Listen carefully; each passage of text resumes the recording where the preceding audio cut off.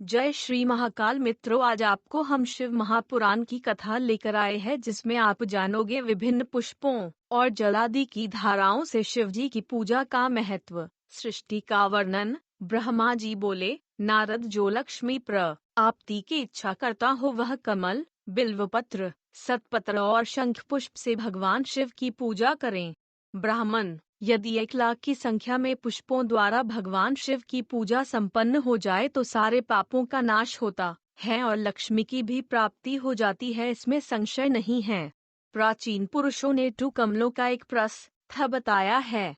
1 सहस्त्र बिल्व पत्रों को भी एक प्रस्थ कहा गया है। 1 सहस्त्र सतपत्र से आधे प्रस्थ की परिभाषा की गई है। 6 पलों का एक प्रस्थ होता है और टंकों का एक पल।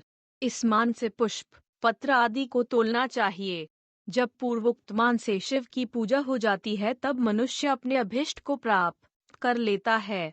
यदि उनके मन में कोई कामना न हो तो वह उक्त पूजन से शिव स्वरूप हो जाता है। मृत्युंजय मंत्र का जप जब पूरा हो जाता है तब भगवान शिव प्रत्यक्ष दर्शन देते हैं।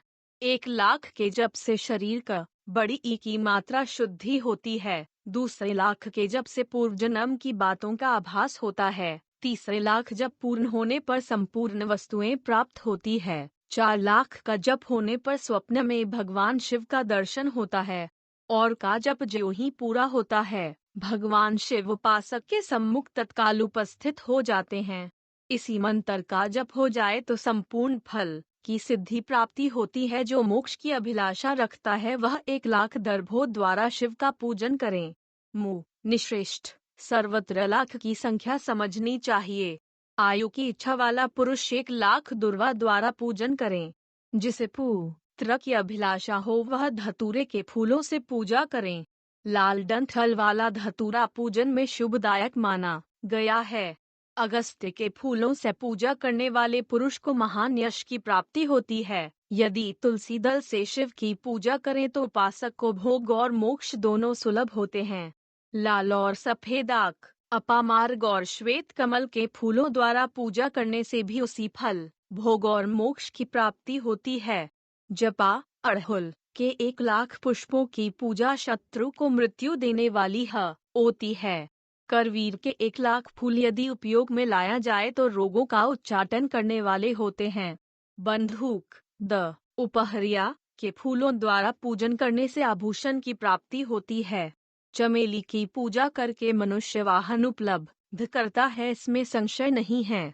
अलसी के फूलों से महादेव जी का पूजन करने वाला पुरुष भगवान विष्णु को प्रिय होता है।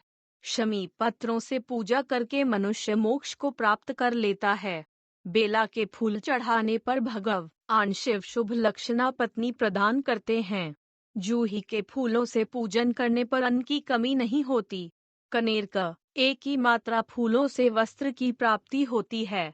सेंदुआरिया से फालिका से शिव का पूजन किया जाए तो मन निर्मल होत आकार है। 1,00,000 बिल्वपत्र चढ़ाने पर मनुष्य अपनी सारी काम्य वस्तुएं प्राप्त कर लेता है। श्रृंगार हार हर श्रृंगार के फूलों से पूजा करने पर सुख संपत्ति की वृद्धि होती है। वर्तमान में पैदा होने वाले फूल शिव की सेवा में समर्पित किया जाए तो मोक्ष देने वाले होते हैं।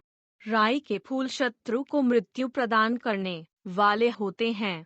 इन फूलों को 1,00,000 की संख्या में शिव के ऊपर चढ़ाया जाए तो भगवान अतुल फल देते हैं। चंपा और केवड़े को छोड़कर सभी फूल भगवान शिव को चढ़ाए जा सकते हैं। विप्रवर, महादेव जी के ऊपर चावल चढ़ाने से मनुष्य की लक्ष्मी बढ़ती है।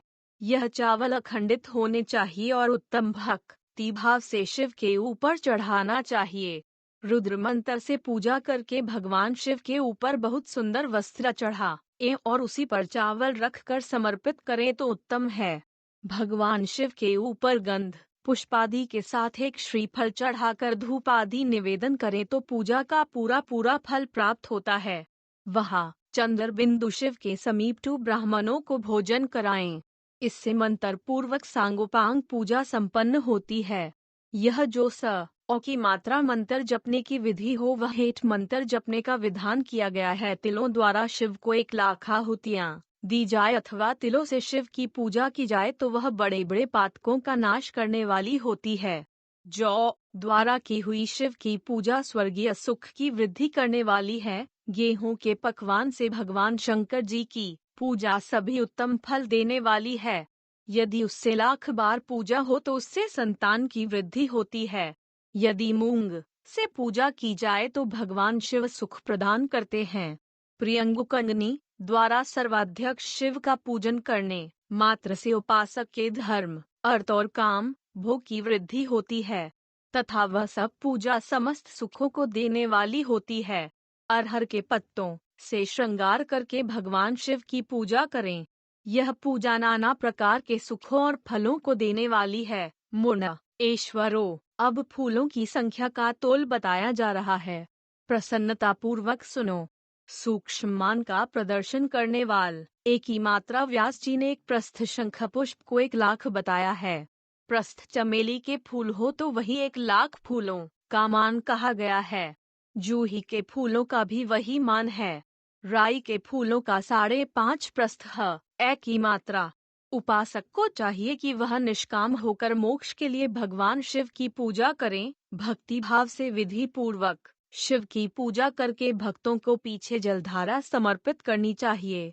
ज्वर में जो मनुष्य प्रलाप करने लगता है उसकी शांति के लिए जलधारा शुभ कारक बताई गई है।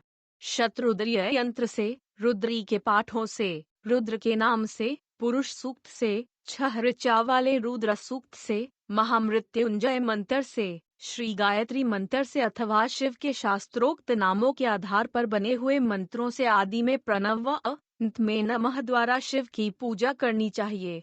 सुख और संतान की वृद्धि के लिए जलधारा उत्तम बताई गई है। वंश का विस्तार होता है। उत्तम भस्म धारण करके उपासक को नाना प्रकार के शुभ एवं दिव्य द्रव्यों द्वारा पूजा की जाए और सहस्त्र नाम मंत्रों से घी की धारा चढ़ाई जाए। ऐसा करने पर वंश का विस्तार होता है। इसी प्रकार 10,000 मंत्रों से शिवजी की पूजा की जाए तो प्रमेह रोग की शांति होती है और उचित फल की प्राप्ति है। ओ की मात्रा जाती है। यदि कोई को नपुंसकता को प्राप्त हो तो वह घी से शिवजी की भली भांति पूजा करें तथा ब्राह्मणों को भोजन कराएं। साथ ही उसके लिए प्राजापत्य व्रत का भी विधान किया है। यदि बुद्धि जड़ हो जाए तो उस अवस्था में पूजा केवल शर्करा मिश्रित दूध की धारा बढ़ानी चाहिए। ऐसा करने पर उसे बृहस्पति के समान उत्तम बुद्धि प्राप्त हो जाती है। जब तक मंत्रों का जप पूरा न हो जाए तब तक दुग्ध धारा द्वारा भगवान शिव का उत्कृष्ट पूजन चालू रखना चाहिए।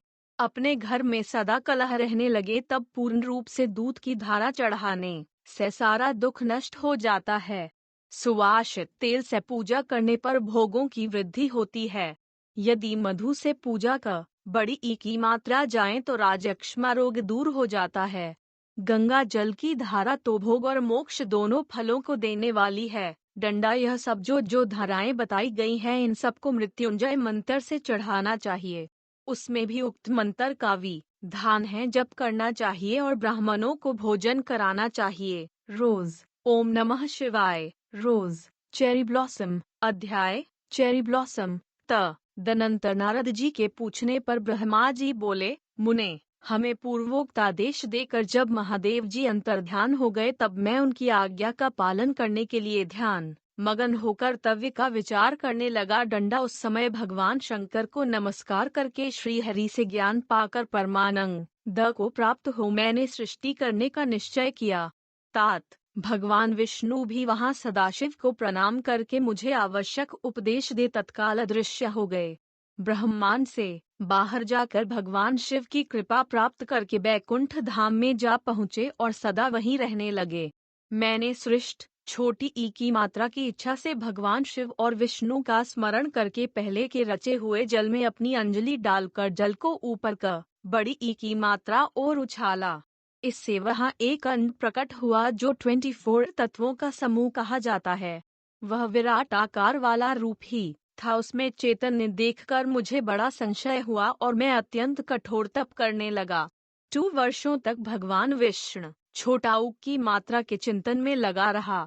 वह समय पूर्ण होने पर भगवान श्रीहरि स्वयं प्रकट हुए और बड़े प्रेम से मेरे अंगों का स्पर्श करते हुए मुझसे प्रसन्नता पूर्वक बोले। श्री विष्णु ने कहा, ब्राह्मण, वर मांगो, मुझे तुम्हारे लिए कुछ भी अदेय नहीं है।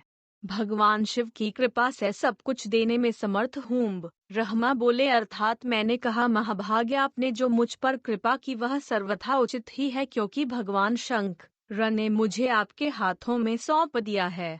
प्रभु, यह विराट रूप 24 तत्वों से बना हुआ किसी तरह चेतन नहीं है, ओ की मात्रा रहा है, जड़ीभूत दिखाई देता है। वैष्णो, आपको नमस्कार है। आज मैं आपसे जो कुछ मांगता हूँ उसे दीजिए। हरे, इस समय भगवान शिव की कृपा से आप यहाँ प्रकट हुए हैं। शंकर की दृष्टि शक्ति या विभूति से प्राप्त हुए हम इस अंड में चेतनता लाइए। मेरे ऐसा कहने पर शिव की आज्ञा में तत्पर रहने वाले महाविष्णु अनंत रूप का आश्रय उस अंड में प्रवेश किया। उस समय उन परम पुरुष के सहस्त्र मस्तक, सहस्त्र नेत्र और सहस्त्र पैर थे। उन्होंने भूमि को सब ओर से घेर कर उस अंड को व्याप्त कर लिया। मेरे द्वारा भली भांति स्तुति की जाने पर जब श्री विष्णु ने उस अंड में प्रवेश किया, तब हुए 24 तत्वों का विकार रूप अंड सचेतन हो गया। पाताल से लेकर सत्यलोक तक की अवधि वाले उस अंड के रूप में वहां साक्षात श्री हरि ही विराजने लगे। उस विराट अंड में व्यापक होने से ही प्रभु वह वैराज पुरुष का हला। पंचमुख महादेव ने केवल अपने रहने के लिए स्वयं में कैलाश नगर का निर्माण किया, जो सब लोकों से ऊपर सुशोभित होता है। देवर्षे, संपूर्ण ब्रह्मांड का नाश हो जाने पर भी बैकुंठ और कैलाश, इन दोनों का यह कभी नाश नहीं होता। मुनि श्रेष्ठ, मैं सत्यलोक का आश्रय लेकर रहता हूँ।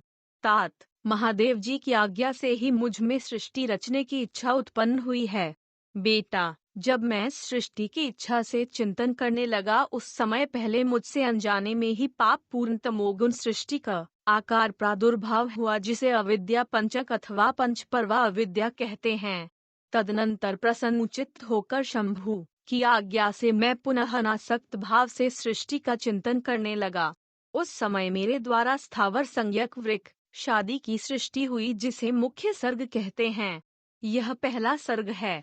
उसे देखकर तथा वह अपने लिए पुरुषार्थ का साधन नहीं है, यह जानकर सृष्टि की इच्छा वाले मुझे ब्रह्मा से दूसरा सर्ग प्रकट हुआ, जो दुख से भरा हुआ है।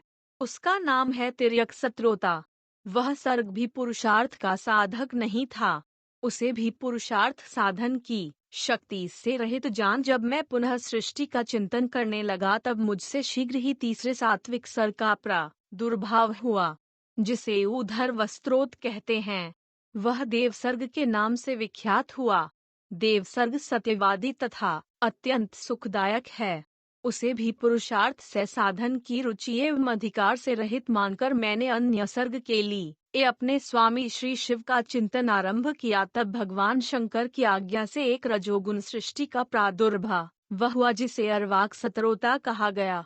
इस सर्ग के प्राणी मनुष्य है, जो पुरुषार्थ साधन के उच्च अधिकारी है। अनुस्वार। तदनंतर महादेव जी की आज्ञा से भूत आदि की सृष्टि हुई। इस प्रकार मैंने तरह की वैकृत सृष्टि का वर्णन किया है। इनके सिवाय 3 प्राकृत सर्ग भी कहे गए हैं, जो मुझ ब्रह्मा के सानिध्य से प्रकृति से ही प्रकट हुए हैं। इनमें पहला महतत्व का सर्ग है, दूसरा सूक्ष्म भूतों का अर्थात तन मात्राओं का सर्ग है, और तीसरा वैकारिक सर्ग कहलाता है। इस तरह यह 3 प्राकृतिक सर्ग हैं। प्राकृत और विकृत दोनों प्रकार के सर्गों को मिलाने से 8 सर्ग होते हैं। इनके सिवा 9वां कौमार सर्ग है, जो प्राकृत और वैकृत भी है। इन सब के अवान्तर भेद का मैं वर्णन नहीं कर सकता, क्योंकि उसका उपयोग बहुत हो रहा है। अब द्विजात्मक सर्ग का प्रतिपादन करता हूँ। इसी का दूसरा नाम कौमार सर्ग है, जिसमें सनक सनकादिक आदि की महत्वपूर्ण सृष्टि हुई है। सनकादि मेरे 4 मानस पुत्र है, जो मुझे ब्रह्मा के ही समान है। यह महान वैराग्य से संपन्न तथा उत्तम व्रत का पालन करते हुए उनका मन सदा भगवान शिव के चिंतन में ही लगा रहता है। यह संसार से विमुख एवं ज्ञानी है। उन्होंने मेरे आदेश देने पर भी सृष्टि के कार्य में मन नहीं लगाया। मुनि श्रेष्ठ नारद, सनत कुमारों के दिए हुए नकारात्मक उत्तर को सुनकर मैंने बड़ा भयंकर क्रोध प्रकट किया। उस समय मुझ पर मोह छा गया। इस अवसर पर मैंने मन ही मन भगवान विष्णु का स्मरण किया। वे शीघ्र ही आ गए और उन्होंने समझाते हुए मुझसे कहा, तुम भगवान शिव की प्रसन्नता के लिए तपस्या करो। मुनि श्रेष्ठ, श्रीहरि ने जब मुझे ऐसी शिक्षा दी तब मैं महागौरी उत्कृष्ट तप करने लगा। सृष्टि के लिए तपस्या करते हैं वे मेरी दोनों भौहें और नासिका के मध्य भाग से जो उनका अपना ही अविमुक्त नामक स्थान है। महेश्वर की 3 मूर्तियों में से अन्यतम पूर्णा सर्वेश्वर एवं दयासागर भगवान शिव अर्धनारीश्वर रूप में प्रकट हुए, जो जन्म से रहित तेज हो, सर्वज्ञ तथा सर्वश्रेष्ठ है। नील लोहित नामधारी साक्षात उमा वल्लभ शंकर को सामने देख बड़ी भक्ति से मस्तक झुका। स्तुति करके मैं बड़ा प्रसन्न हुआ और देव देवेश्वर से बोला, प्रभु आप भारती के जीवन की सृष्टि कीजिए। मेरी यह बात सुनकर देवाधिदेव महेश्वर रुद्र ने अपने ही समान बहुत ही से रुद्रगणों की सृष्टि की। तब मैंने अपने स्वामी महेश्वर महारुद्र से फिर कहा, आप जैसे जियो वैसी सृष्टि कीजिए। जो जन्म और मृत्यु के भय से युक्त हो। और वे तत्काल हंस पड़े और इस प्रकार बोले। महादेव जी ने कहा कि तात, मैं जन्म और मृत्यु के भय से युक्त सर्ग की सृष्टि नहीं करूंगा, क्योंकि वह कर्मों के अधीन हो दुख के समुद्र में डूबे रहेंगे। मैं तो दुख के सागर में डूबे हुए उन्हें जीवन का उद्धार मात्र करूंगा। गुरु का स्वरूप धारण करके उत्तम ज्ञान प्रदान कर उन सबको संसार सागर से पार कर दूंगा। प्रजापति, दुख में डूबे हुए सारे जीव की सृष्टि तो तुम ही करो। मेरी आज्ञा से इस कार्य में प्रवृत्त होने के कारण तुम्हें माया नहीं बांध सकेगी। मुझसे ऐसा कहकर श्रीमान भगवान नील लोहित महादेव मेरे देखते देखते ही अपने पार्षदों के साथ वहां से तत्काल तिरोहित